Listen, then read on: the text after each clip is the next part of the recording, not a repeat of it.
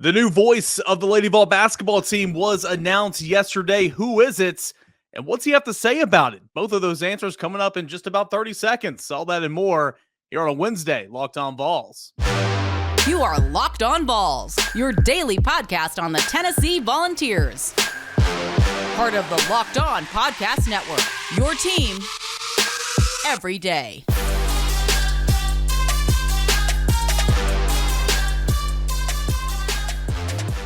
What is up, everybody? Welcome into it. This is Locked On Vols, your go-to Tennessee Volunteers podcast each and every day, a part of the Locked On Podcast Network, your team every day. Thanks so much for making Locked On Vols your first listen, your first watch each and every single day.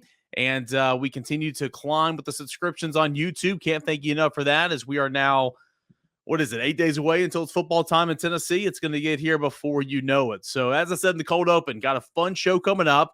Brian Rice, the voice of the Lady Vols, the new voice of the Lady Vols, is going to join the show. We'll have Josh Board Wednesday, and then we'll get into some more mailbag questions and a couple of notes from Tennessee football in segment 3. But without further ado, let's bring on the man of the hour, Brian Rice. First of all, Brian, congratulations. This has been quite a dream come true, I would imagine, for you. Yeah, Kaner, I appreciate it. It's been my relationship with the Lady Vols started in the early 90s when my mom and I moved in next door to Debbie Jennings, the legendary media relations director for Pat Summit for the Lady Vol program. And since then, from working camps for Pat to working in media relations to being around the program, just all those things developed that connection. And now it's now the pressure's on me to help tell the story of this program going forward. And I can't wait for the opportunity to do it. Now, you're obviously, for those of us, we're pretty familiar with your name, of course. You've been doing softball since 2013. You filled in, various sports and done, play-by-play. You do PA for the Lady Vol basketball team. You've always been an advocate for women's sports, and what a place to kind of tell a story of what's going on then right here in Knoxville, Tennessee with the Lady Vols basketball program. What's that mean for you to be able to paint the picture for those of us who aren't able to see for such a historic basketball program? Well, it's a tremendous responsibility because, there are a lot of really good broadcasters out there, and I know a lot of them wanted this job as well. And all the connections and all that can serve me well, but ultimately the responsibility is on me to paint that perfect picture, like you mentioned, for all the listeners across the Lady Vol network from all corners of the state to around the world. I know from softball, we get listeners from literally everywhere who can't be there and can't see it, can't watch it. I'm their connection, and that's a responsibility I don't take lightly. But yeah, you mentioned it. I have been an advocate of women's sports because, I've seen it up close, and I've seen when you give the platform that women's sports deserve, you're rewarded with success and with viewers. I mean, you look at what ESPN's done with softball. ABC and ESPN announcing yesterday that the women's Final Four is going to be on ABC this year in the women's national championship game. Every time women's sports have been elevated, they've rewarded advertisers, they've rewarded viewers, and they've rewarded all the little girls around the world that aspire to that. And, to be able to help be some part of that is an honor for me. But at this program, you have the platform that you don't have at a lot of places. And I take that responsibility on as well, and I don't take it lightly. So you now become the third full-time voice of the Lady Vol basketball program. Of course, Bob Kessling started this whole thing off way back when, but it's been Mickey Dearstone for quite some time. He steps away at the end of last season, a guy that got you, if I'm not mistaken, correct me if I'm wrong, not only in talk radio, but in play-by-play as well. Mickey Dearstone got you your start. What's it mean to follow in his footsteps? The first time I was on the radio to do softball games, I was filling in for Mickey in the postseason in 2010. And I don't think had ever actually heard me do a whole game. I had done some streaming games on the website side for a couple of years, but it was just a leap of faith. He couldn't be there, and I was the guy that he called. And the faith that was put in me that day, I hope I paid it off. I think I did, because he didn't tell me to get out for the next game. But yeah, bringing me on through that. And then, he came to me towards the a couple months before the 2013 season and said, "Hey, I'm going to stick with basketball. I want somebody that can do every game. Can you do every game?" And I said yes, and was proud to have that association and to build it. So yeah, you can blame him, I guess, if you want to. But I owe him a tremendous amount. And then, he brought me on to fill in for Heather on the morning show when she was on maternity leave. And he and I were talking earlier this week. It's like the interview process for this job was pretty extensive with a lot of really talented people that were out there. And he goes, it wasn't that big of an interview process when I did it. And I said, well, it wasn't that big of an interview process when you put me on the morning show either. It was, can you be there at 6 a.m. every day? Yes. All right, well, we're at Alumni Hall tomorrow. I'll see you there. So it's great, but to follow him is again a challenge, but it's something I look forward to because he's built an incredible brand and an incredible following for the broadcast, and it's my job to carry that on. For a guy who does morning radio, sometimes all it is just finding two guys that can show up at 6 a.m. just to crack the mic because it is extremely tough. You brought up the interview process, and I mean, you're right. I mean, this job had hundreds of applicants. I've been talking with the people at the Vol Network throughout the entire process, trying to stay in the know a little bit, trying to use what little leeway I have just because I'm nosy. You and I both know a lot of people a lot of talented people that applied for this job. How were you kind of taking this process day by day? Because I mean, it officially opened up back in like May. That was a long time ago, man. We're talking months here. How did you kind of approach every day, every week, every month of this process and still holding out hope that you'd be the guy? There were more than a few heart attacks along the way. I'll tell you, when I got the email about what the application process was going to be, I was standing on the roof of the softball stadium at Western Carolina University for a midweek softball game. And I think I did a pretty good broadcast that night because I was fired up. But, you mentioned it was a long process, but that's what this job deserved. If they'd come to me and said, well, we're just going to give it to you, I wouldn't feel the way I do today. And they never would have done that. But this, I believe, is the premier brand in women's college athletics and in a lot of ways in women's athletics worldwide. And it deserved every bit of the attention that it got, and it deserved every bit of the scrutiny that it got. And so I was very appreciative of that. And it being a long process is just, that's what it deserved. And so I there were more than a few times along the way where I'm like, it's taken a long way. That must mean it's not me. But I'm glad that they took that time and got the program the voice that it deserved, whether that was going to be me or not. I wanted to be somebody who understood the history, understood the connection to the past, and where this program wants to go in the future. And I'm glad to be a part of that. I'm glad to be the one that's selected to tell that story. Couple more, Brian, then we'll let you go. I know you got a lot of people to talk to today, but you've got listeners that hear you on the radio. You have listeners who have followed Tennessee softball for years, but you're going to have more and more people kind of figure out who you are and hear you for the first time. For those people that might be listening to the show or watching the show, what type of broadcaster are you? What should we expect from Brian Rice behind the mic at a Lady Vols basketball game? The people I've listened to growing up are very similar to a lot of Tennessee fans. It's John Ward, it's Bob Kessling, Mickey Dearstone, and then Skip Carey and Pete Van Wieren on the Braves side, growing up a Braves fan. So I think the common thread in a lot of that is you have to paint the perfect picture of what's going on, but you also have to be entertaining. It can't be a comedy show because nobody's tuning in to listen to you. They're tuning in to listen to the University of Tennessee.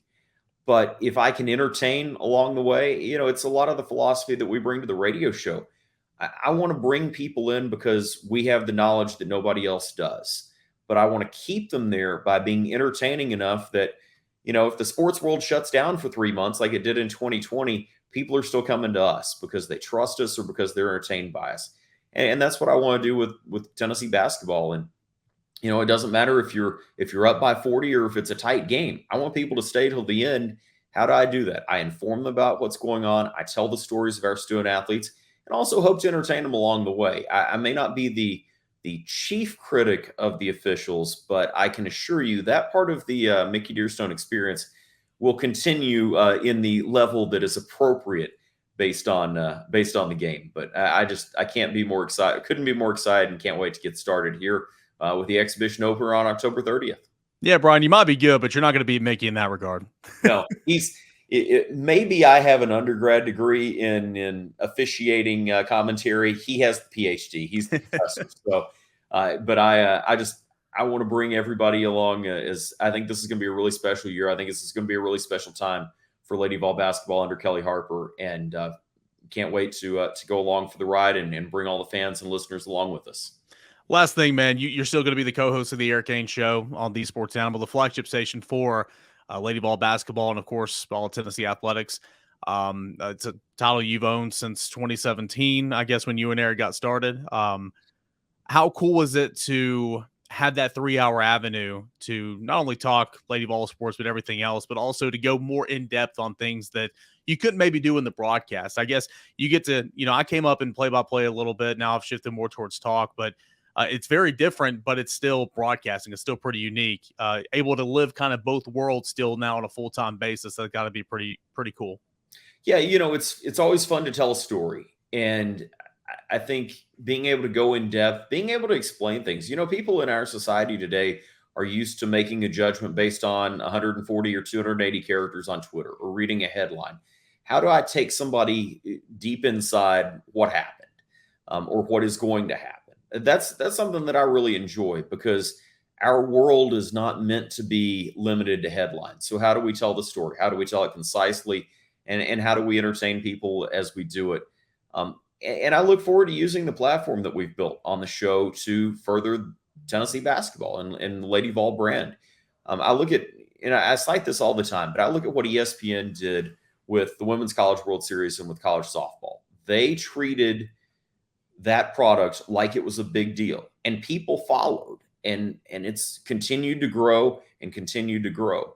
I have a great platform on our show for 3 hours a day with Eric Ainge, who is more knowledgeable about the X's and O's of football than anybody I think I've ever met. We have a lot of people who come to us for information. How do we continue to build on that and bring their eyes and ears to Lady Vol basketball? That's a challenge. I think it's something I look forward to. I did that with softball. I mean, I can list you off 8 or 9 people now that are season ticket holders over at softball, and their introduction to it was us having Karen Weekly on Mondays during softball season.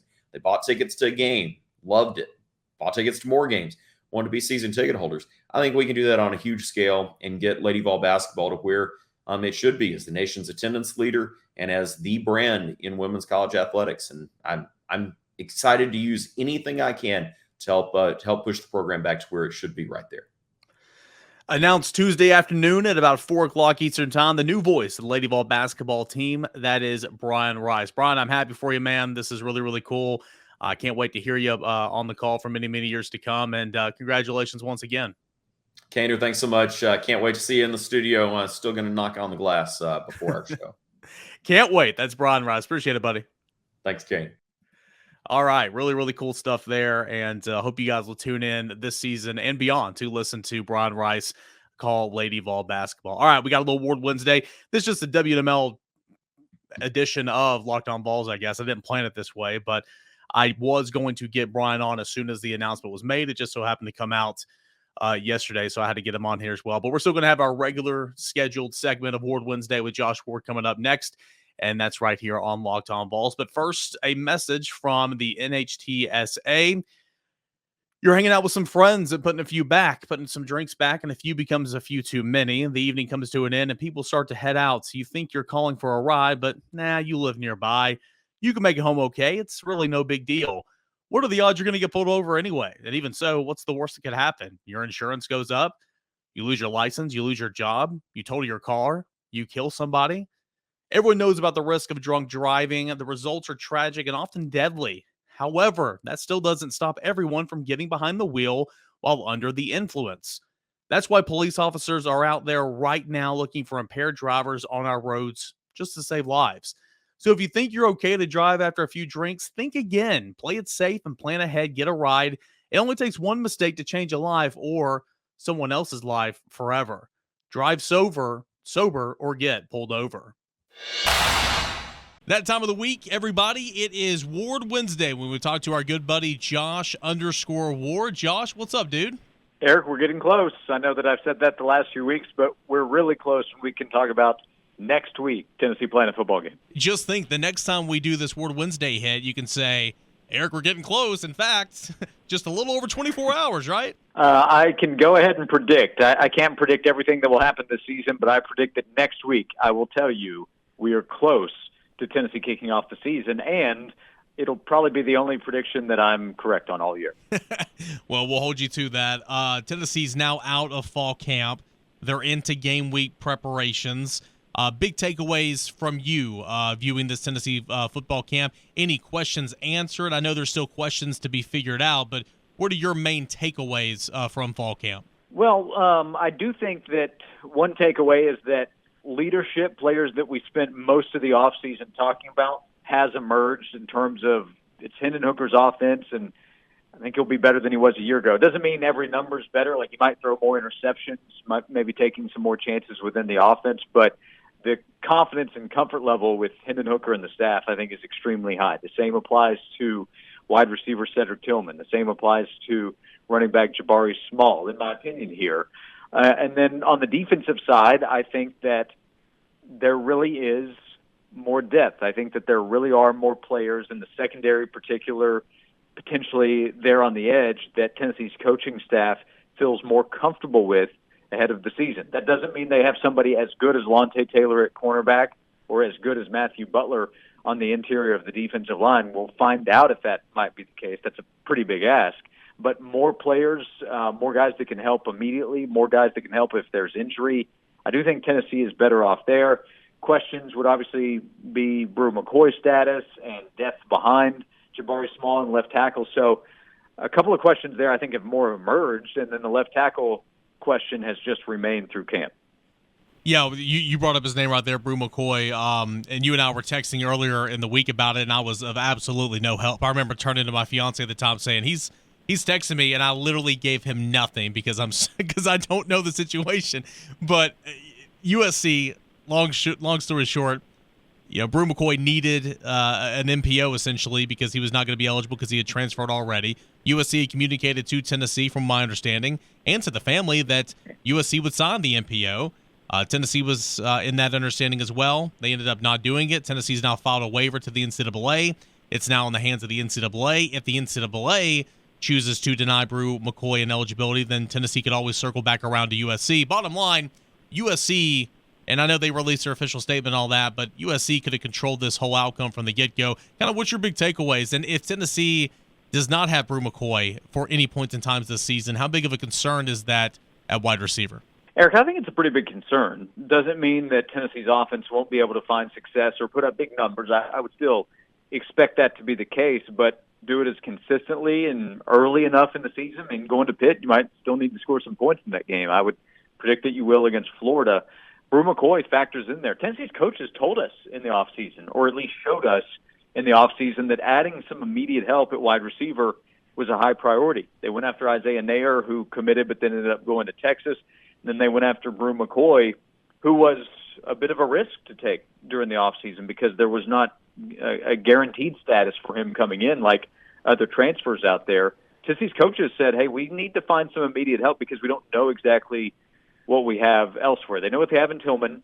And by the way, in the pass-catching aspect of Tennessee's offense, they have Jacob Warren, who will be a big part of this. They have Jalen Hyde, who has talent. They have Princeton Fant. But other guys that need to step up, we're still having some of the same conversations with players like Jimmy Callaway and Jimmy Holiday. There are freshmen with talent, but it's difficult to know what to expect out of that group. And then Walker Merrill, I think, is a player with a good amount of potential who will have an opportunity. Ramel Keaton's a veteran, but I don't know that he has the same upside. In fact, I'm confident he does not, as somebody like Brew McCoy or obviously Cedric Tillman. So until Brew McCoy's status is shored up, there's potential within Tennessee's wide receivers, but there are too many questions, I think, to feel totally comfortable. Things that lasted longer than L.J. Dixon, Lynn J. Dixon, as part of the Tennessee Volunteers program, Tom Brady's retirement, UCF's reign as national champions, Point being, it did not last very long. And I've been catching some flack the last couple of days talking about how I believe a true concern for Tennessee going into the season is having only 4 scholarship running backs. I don't see how that's far-fetched at all.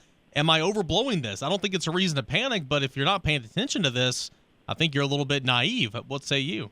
It definitely matters. You don't have to panic at all, but I promise Tennessee's coaches are looking at this saying, hey, we need to have another plan in place. I mean, look at the fact that they brought in Lynn-J Dixon. Like I said with the wide receiver position, Eric, the coaches tell us what they're thinking and what they consider a priority, and the fact that Lynn-J Dixon, who they knew had some issues bringing him in after camp had started, they did that because they had a very real need at the position. And I think there was a tremendous overreaction by a lot of people of what the immediate impact would be from Lynn-J coming to Tennessee. Oh, yeah. I think they brought him in because he has experience, so they probably wouldn't have to teach him as much to get ready. But they needed a contingency plan in case to deal with other injuries because they had already lost Whitehead for the season. Jalen Wright has dealt with the quad injury throughout camp. So, a lot of the practice time has been 3 healthy running backs, and 2 of them are freshmen. And while they like Sampson and Justin Williams-Thomas, again, you never know exactly what you're going to get. You don't know if they're going to understand pass protection. And that's kind of the end of the conversation at the position. So, Eric, you don't need to panic right now, but if Tennessee deals with another injury, like if Jabari goes down, it's a real problem.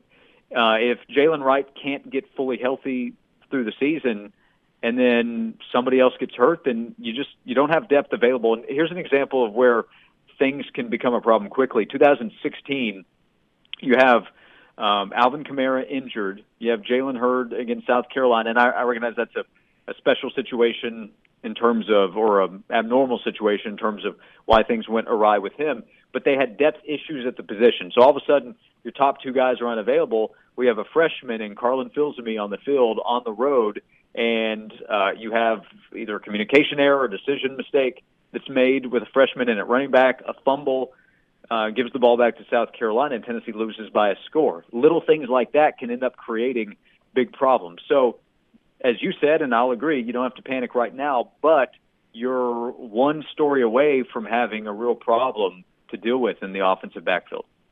Josh Ward, last question for you. I know you're a busy guy defensively. Still some question marks to be answered as the season continues. What does that cornerback rotation look like? Who are the first 2 out there? Star, is it going to be Tamarian McDonald's job week 1? We'll find out. What are you expecting from this defense overall? I think we both can agree there are more bodies. There's a little bit more depth there. What type of step are you predicting for Tennessee this season on that side of the football?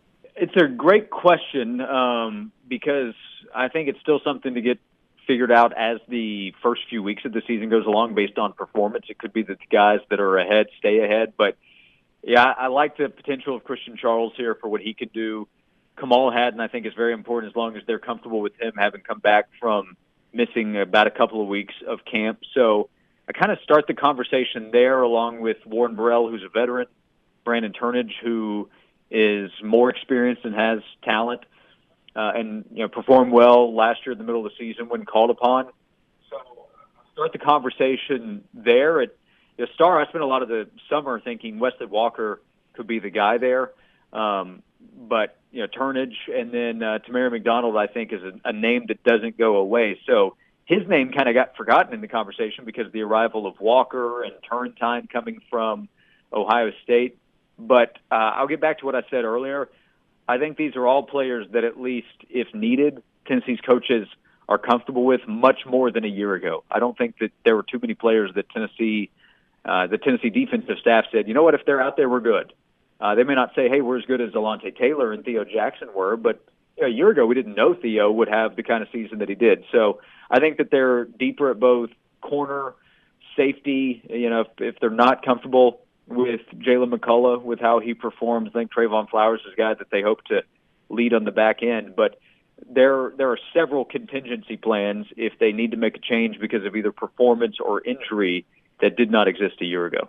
No better time to listen to the radio right now. Josh and Swain, noon to 3 on 99.1 The Sports Animal. You got former Vol Jason Swain, as we are just 8 days away from football time in Tennessee. Josh is there as well. But, Josh, what's coming up on the show the rest of the week and on into kickoff next week?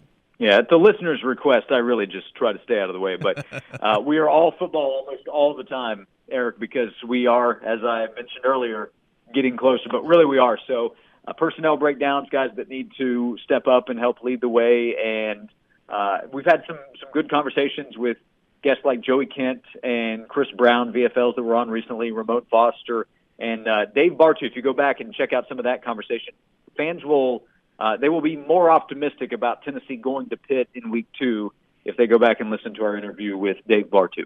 Race up there from Josh Ward. Josh, as always, thanks, man. Thank you. All right, everybody, welcome back into Locked On Vols. It is your team every single day, and of course, your first listen every single day.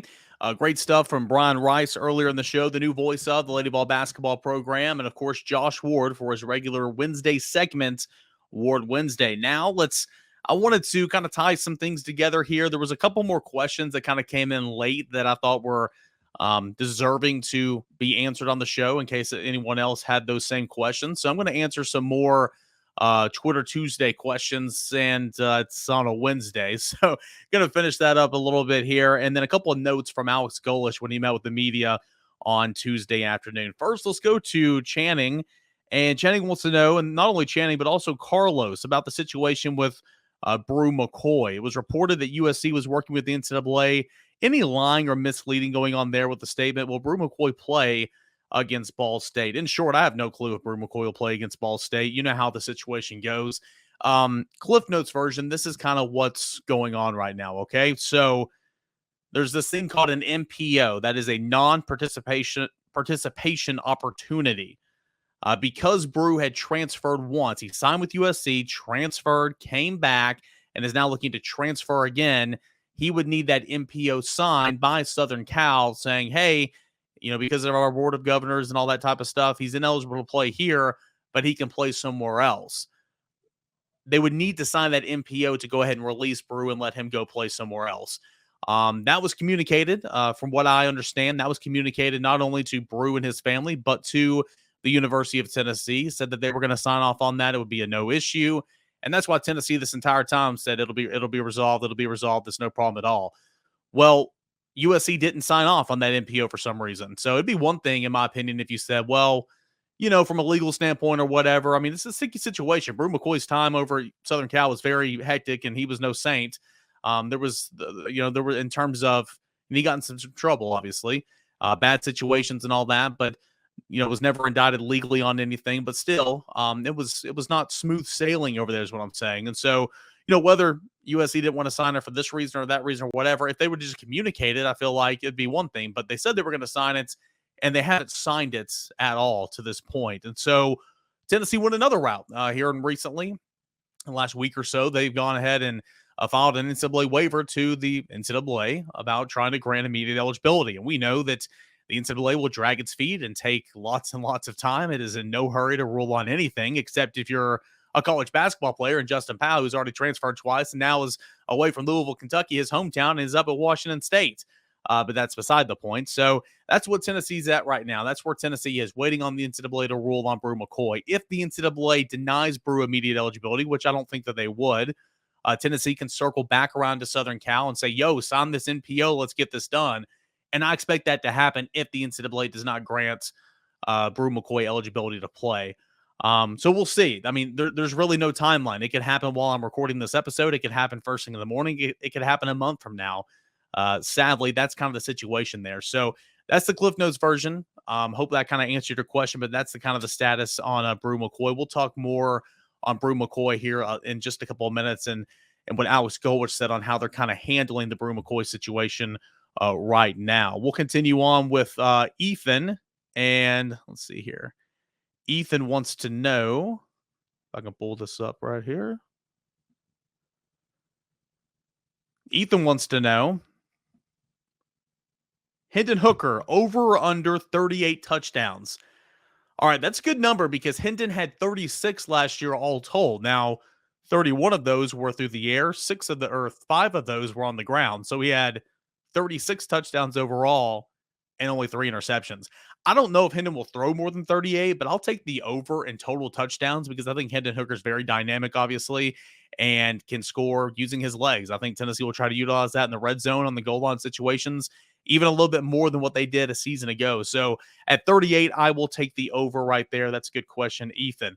Let's go to Brian. Brian wants to know, with all of us so excited about our high-scoring offense, it's easy to lose sight of the game-time scenarios that may boil down to a missed field goal, missed extra point, or a botched punt deciding the game. How are you feeling about our kicking, punting game situation this year and possibly looking forward? It's in a good spot. Tennessee returns its long snapper, Matt Solansky. Tennessee returns its punter, Paxton Brooks. Tennessee returns its place kicker, Chase McGrath. And so really the heart of your special teams is in good shape. Now, Tennessee did lose Velus Jones, who was an all-conference returner, and we know how big of a deal he was both offensively at wide receiver and as a returner, flipping the field and really erasing a lot of deficiencies and flipping the field and getting Tennessee in great position returning-wise. So Tennessee's, trying to try out D. Williams, Squirrel White, Jimmy Holiday, Dylan Sampson, a bunch of different guys, Trayvon Flowers as punt returners and kick returners right now. But in terms of punter, snapper, kicker, Tennessee's in good shape. Now, I think Paxton Brooks is one of the better punters in the league. Matt Solansky's a good snapper. I think Chase McGrath has a limit. I think within 40, anything up to 40, I don't want to say automatic, but I think he's very solid. Anything up to 40. When you get past 40, it's a little hesitant in my opinion. And then 50 and beyond, he's just not a long-range kicker. And so I think that's one area where, talk about four-down territory for this offense, Tennessee goes for it a lot in fourth downs anyway, but especially with the long-range limitations for Chase McGrath. Now, he said in a media setting, I want to say earlier in camp, or maybe it was the spring, that he's hit from 55 in practice here recently. And, that's all fine and dandy, but that's not the football game. That's not with a rush. That's not with a roaring crowd. That's not with, television on and lights, camera, action, right? So, I do think that he's a little limited in long-range situations, but Tennessee's in a good spot in that regard. Moving forward, Tennessee will lose Chase McGrath. Tennessee will lose Paxton Brooks, but they have Jackson Ross, the Aussie punter that's coming in. He'll punt for Tennessee moving forward starting next year. JT Carver's on the roster as a kicker. We'll see if Tennessee goes and adds another kicker moving forward, and I think Solansky comes back as a long snapper next year. So to answer your question, Tennessee's in a pretty good spot in that regard. And then finally, we will close shop here with Tyler, my good buddy Tyler, a childhood friend of mine who listens to the show. That's so freaking cool. All right, Tyler, what you got here?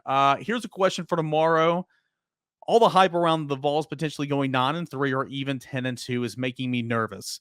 I want to be optimistic, but having been a fan my whole life, I was too young to remember 1998. Well, we're the same age, so I'm with you there, buddy. I'm telling myself to not expect too much. I'd love to see the Vols go 8-4. What should we expect this season? Would 8-4 be a big enough step in the right direction for Heupel and his staff? Thanks for all the great content. Tyler, I appreciate you for listening. In my opinion, and again, this is to each his own and to each her own, and only you can answer this question, but I think a correct step and a step in the right direction is 8 regular season wins, and the defense goes from 101 nationally to like top 70. I think that is a step in the right direction. Can this Tennessee team win 9 regular season games? I believe it can. Will it? I don't know. My record prediction is 8-4, and I'm not going to back down on that. I've been there all off season long. I think Tennessee can beat Pitt. I think Tennessee can beat LSU. I think Tennessee can beat Kentucky. I think Tennessee can beat South Carolina. I think Tennessee can beat Florida. All those toss-up games. Will Tennessee win all those toss-up games? Likely not, because again, this is college football, and that's typically not how things work. But you're right. I mean, it kind of gets you nervous. It's that time of the year where you're always getting anticipation. You get some troll jobs like Roman Harper of the SEC Network that says Tennessee can go 10-2, and everybody's buying into the hype. It's a good way to approach this. I'm not saying don't be nervous, but be realistic, right? I mean, Tennessee went from 3 wins in 2020, which was a disastrous season, to now granted it was a 10-game schedule, but to 7 regular season wins and completely flipped the offense. 180 went to a top 10 offense in the country, and that was a ginormous step. But there were still games that Tennessee could have won last season that it didn't. Win those games now here in year 2. Win that Ole Miss game from last year. Win that Pitt game from last year, right? I think Tennessee should be in position to win some of those games this year. So I'm expecting 8-4. I'm more towards 9 wins than I am 7 wins, but anything like that, and the defense playing complementary football, stepping up to the plate, that's what I'm expecting here in year number 2. So good stuff there, Tyler, and I appreciate all you guys, Carlos, Channing, Ethan, Brian, and Tyler, for chiming in. Sorry I didn't get your questions yesterday, but obviously made some time here on a Wednesday show to answer it. All right, a couple of things real quick before we call it quits here on a Wednesday Locked On Vols. The excuse me, the SEC coaches preseason all-conference team was released. 8 Vols were named to that list. A couple of first-teamers and wide receiver Cedric Tillman, defensive lineman Byron Young, quarterback Hendon Hooker, offensive lineman Darnell Wright. They were named to the second team. And to the third team, running back Jabari Small, linebacker Jeremy Banks, safety Trayvon Flowers, and punter Paxton Brooks. 8 Vols awarded to the coaches preseason all-SEC team. That was announced on Tuesday. And Alex Golesh, Tennessee's offensive coordinator and tight ends coach, met with the media. 2 notes real quick. He said that Jalen Wright, running back, was a full go at practice on Tuesday, and that is a good sign. The first time he had been a full go, taking contact, going through more than just individual drills. That was from Alex Golesh on Tuesday. So looks like Jalen Wright is trending in the right direction to be ready for the opener. And then finally on Brew McCoy was asked, are y'all going to start limiting his snaps and his reps in practice to, if he's not going to be eligible? And he said, we have no plans to right now. We're going to continue to act as if he's going to be with us on next Thursday night and for the season. And if we have to adjust, we will have to adjust. So they are not slowing down with Brew McCoy in their preparations for Ball State and this 2022 season. So we'll have to see exactly if something can be resolved between now and obviously the 1st of September, which is next Thursday. That's going to do it here for this edition of Locked On Vols. Great stuff. Big thanks to Brian Rice, the new voice of the Lady Vol basketball program, and for Josh Ward stopping by for Little Ward Wednesday. And thank you guys so much for getting me in your questions for yesterday's show, and it spilled over a little bit here on a Wednesday. We'll get back to our scouting reports for the rest of the week. Got a fun show coming up on Friday that I'm excited about, but all that and more thanks to you guys. Couldn't do it without you. Please continue to subscribe to the YouTube channel. We've had a great push there. The goal is to get 3,000 by kickoff. So we're close, but keep on going there. And of course, you can find Locked On Vols anywhere you find your podcast, Apple Podcasts, Google Play, Spotify, Odyssey app, wherever you guys find it. Can't thank you enough for that. Now that we're done here with Locked On Vols, check out Locked On SEC. Make that your second listen with Chris Gordy, right behind Locked On Vols, your first listen each and every day. Same time, same place. Let's do it again tomorrow, everybody. This is Locked On Vols, and enjoy the rest of your Wednesday, everybody.